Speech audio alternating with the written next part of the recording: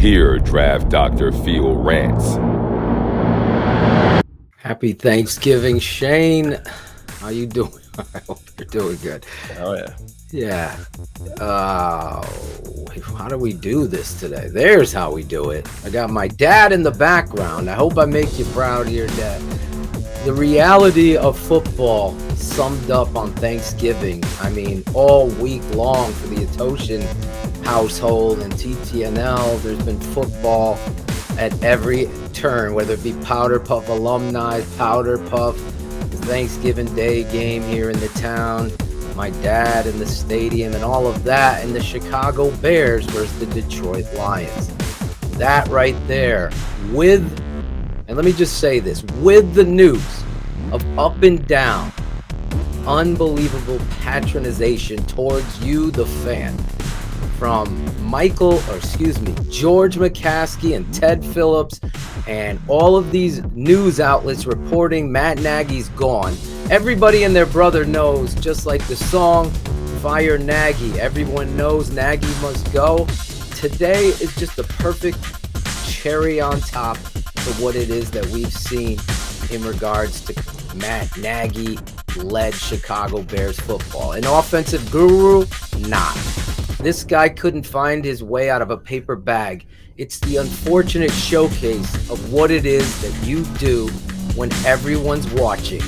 How do you handle yourself? You squeak out a win versus the hapless Lions, who have zero shot of beating anybody in the NFL and have all their laundry list of issues, yet you're in a battle for the final drive, and people out there consider themselves PFF football fanatic, whatever the hell the fuck you think you are defending Matt Nagy as not being a problem. I got a little rational reason for you. The head coach is the leader of how the program is going to be run. The head coach, who's an offensive-minded guy, is the leader of how personnel and the offense is going to run. Now, rumor is it Nagy was going to be fired no matter what right after this game. Now, we got to hold politics. Politics is more important than performance. We hear performance over the politics. What I saw today is a travesty. Yeah, they won on a field goal, and a coach with no fucking pride to save his life is going to take knees.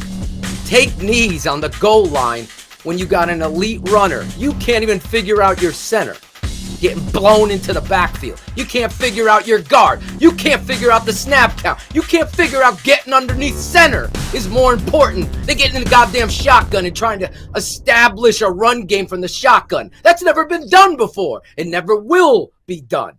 This team is so lost. They're so lost. It's an embarrassment. It's an embarrassment. And the head coach is the culprit of why they're so lost. So having this news leaked out, then retracted and flaunted in your face without any message for this organization to its fan base, who, by the way, is the biggest reason why you might get a new stadium, who, by the way, is the biggest reason why you stand where you are. It's a showcase of complete, utter politics. The politics of the end of the game, taking knees. Yeah, that's a smart play when you're trying to get to the playoffs. When you're a hapless team, how about challenge your offensive line to put one in the end zone and establish a personality that isn't a goddamn pussy? That's right. That's what I see. The Chicago Bears have been run too long by a man who doesn't understand how to be a leader of men. And when you have that and you're friends with all of these players, you end up being the ousted one that no one cares for, that everyone's whispering in the corner that you're overwhelmed in your job.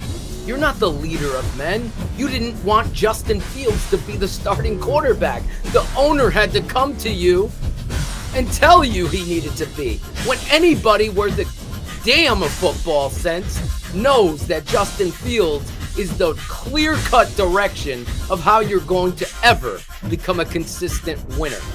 He's the answer. He's QB1. And it's not because he wears the number. It's because he is QB1. These are things that just continue to show themselves on a day where everything should be happy. And if you're a fan of the Chicago Bears and you subtly read news clipping and stats, then you're happy they won today.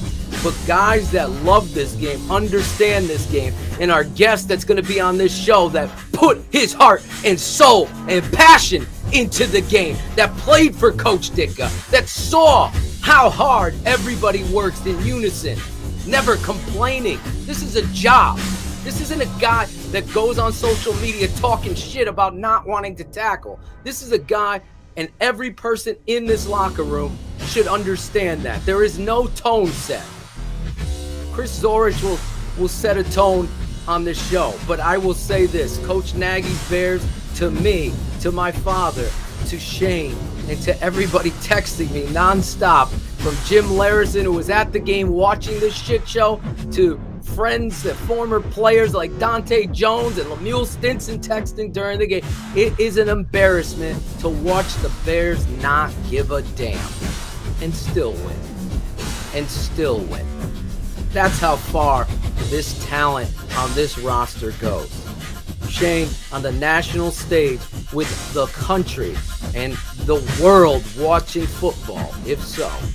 Maybe not the world, but the country definitely. They got nothing else to do but turkey, rolls, gravy, potatoes, and whatever else you have. And the Chicago Bears are up there like a laughingstock, like a gimmick on Saturday Night Live. And it's an unfortunate place that we have to be.